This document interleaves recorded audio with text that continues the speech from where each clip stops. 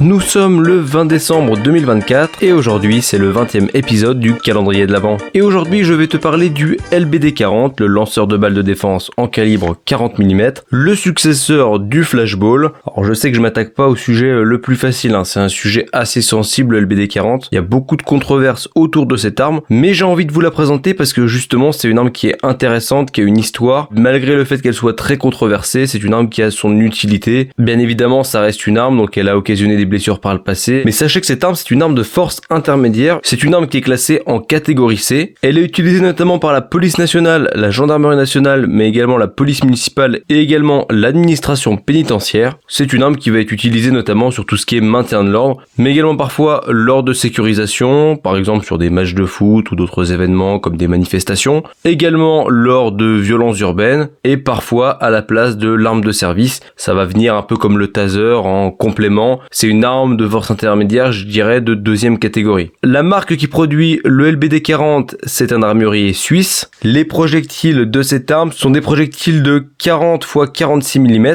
Les projectiles sont produits par l'entreprise française Alcetex. Alors il faut savoir qu'il y a différents types de munitions qui peuvent être utilisées dans le LBD. Déjà on a tout ce qui est munitions en caoutchouc, mais également des munitions en mousse, voire également tout ce qui est munitions lacrymogènes ou fumigènes. Les projectiles de cette arme sont conçus pour se déformer et s'écraser à l'impact sans qu'il n'y ait un risque de pénétration dans le corps humain, avec une puissance d'arrêt qui est suffisante pour repousser un individu. De ce que nous disaient nos formateurs en école de police, prendre un tir de LBD c'est un peu comme prendre un gros coup de poing. D'après ce que j'ai pu voir sur internet, la puissance de l'arme c'est à peu près 80 joules à 40-50 mètres. Le LBD-40 est utilisé depuis 2009 dans la police nationale et dans la gendarmerie nationale. Avant ça on avait le flashball. Il faut savoir que c'est une arme qui est réglée pour une distance de 25 mètres à 50 mètres. Plus la personne est éloignée et plus le tir va se décaler. Si vous êtes vers les 60-70 mètres, la personne risque de le prendre au niveau du haut du torse, voire dans le cou ou dans la tête. Donc c'est pour ça que c'est préconisé de l'utiliser entre 25 et 50 mètres. Au-delà, le tir risquerait de trop se décaler et en deçà, il y a trop de risques de faire des dégâts sur une personne, des dégâts trop importants. C'est arrivé dans de très rares cas, mais il y a un risque létal. En France, les LBD-40 sont équipés pour la police et la gendarmerie d'un viseur électronique avec point rouge. En police nationale, chaque policier qui est porteur d'un LBD-40 doit être porteur d'une caméra et doit la déclencher avant de tirer, c'est obligatoire. Dans les règles d'emploi, il est également totalement interdit de viser la tête, sauf vraiment en cas de légitime défense, si par exemple une personne est armée en face ou va vous lancer un cocktail molotov et que vous n'avez pas le temps de viser une autre partie du corps, que c'est un tir de riposte, on ne va pas vous le reprocher. Mais dans le cas d'une manifestation, par exemple sur des manifestants qui vont vous lancer des pierres ou ce genre de choses,